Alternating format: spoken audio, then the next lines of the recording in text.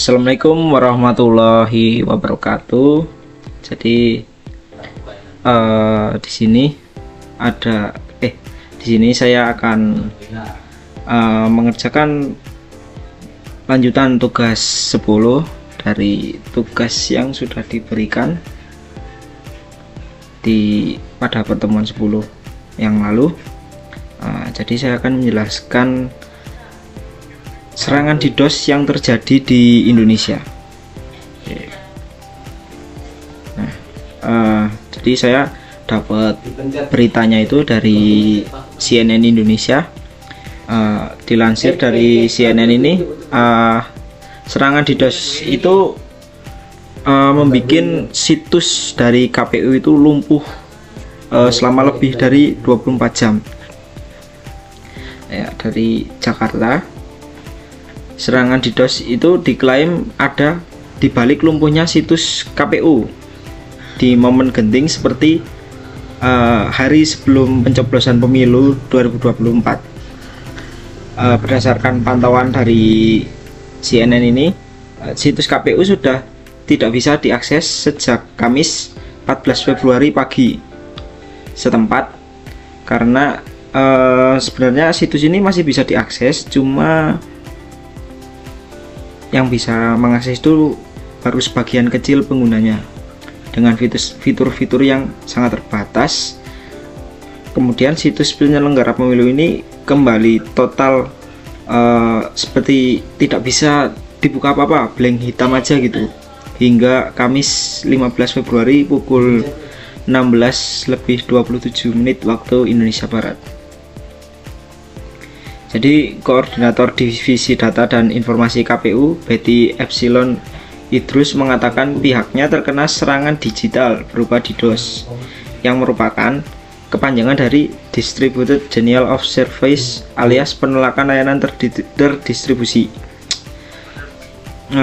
Beliau berkata, bentuk serangan ke website KPU sudah terjadi dan ini luar biasa jumlahnya, ungkap dari kantor KPU. Kemudian ada ratusan juta DDoS itu menyerang. Saya nggak bilang puluhan, bukan satuan, tetapi ratusan juta serangan ke website KPU.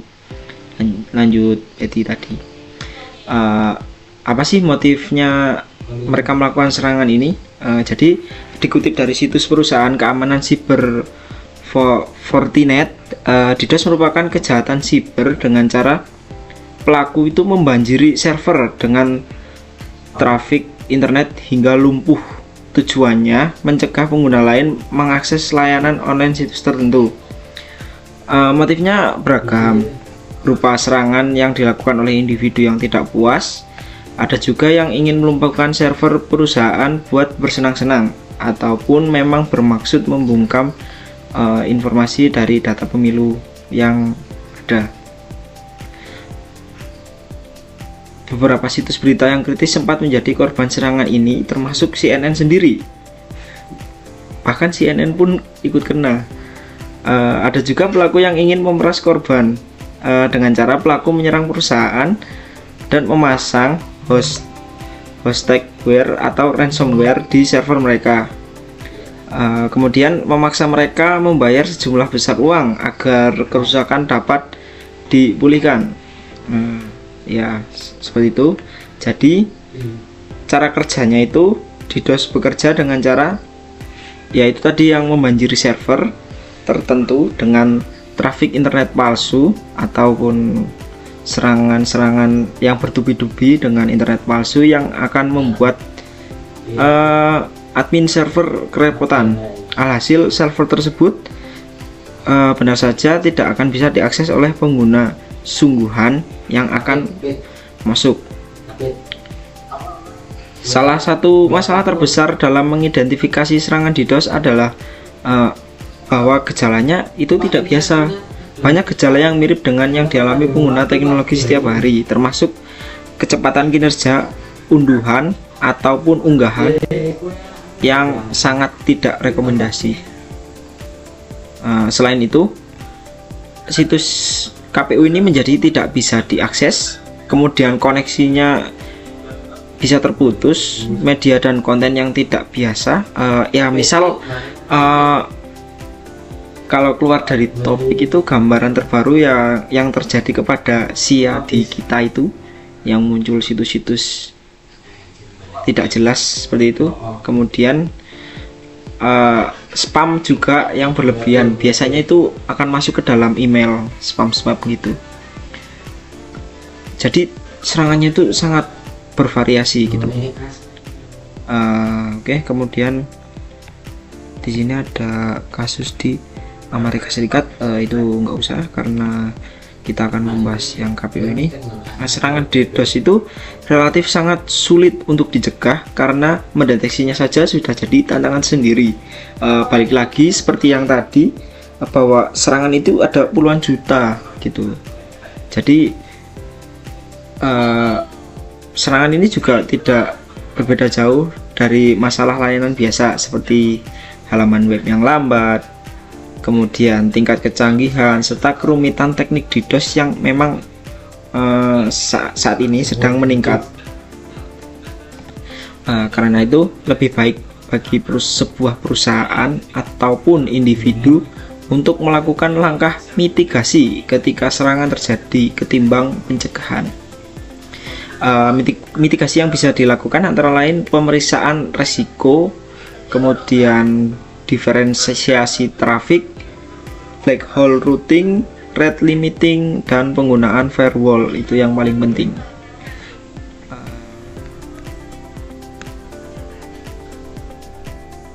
Oke, mungkin untuk gambaran serangan DDoS ke KPU akan saya jelaskan gambarnya saat lagi.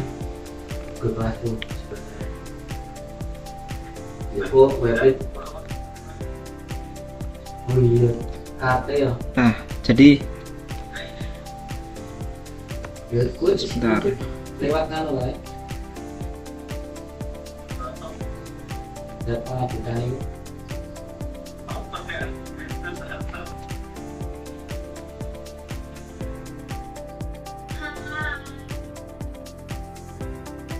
Saya berbesar saja. Oke, jadi misal di gambar orang merah itu si hacker dia akan mengirim sebuah virus ke dalam perangkat-perangkat yang nantinya perangkat itu akan terus menyebar hingga situs mengalami lag ataupun black screen seperti tadi itu. Ya, mungkin gambaran mudahnya DDoS itu seperti ini. Jadi mengapa situs KPU tadi tidak bisa hingga lumpuh gitu? Itu karena ya serangannya sebanyak itu gitu. Nah, jadi karena emang serangan DDoS ini sangat gimana ya, karena ya namanya juga hack, jadi pastinya akan membuat rugi bagi pemilik situs ataupun kita sendiri jika itu digunakan untuk kejahatan. Tapi kalau hacker itu buat kebaikan itu sepertinya jarang. Rata-rata hacker pasti akan memanfaatkan serangannya untuk berbuat kejahatan. Oke, jadi kurang lebihnya seperti itu penjelasan dari saya. Mohon maaf jika banyak salah kata. Wassalamualaikum warahmatullahi wabarakatuh.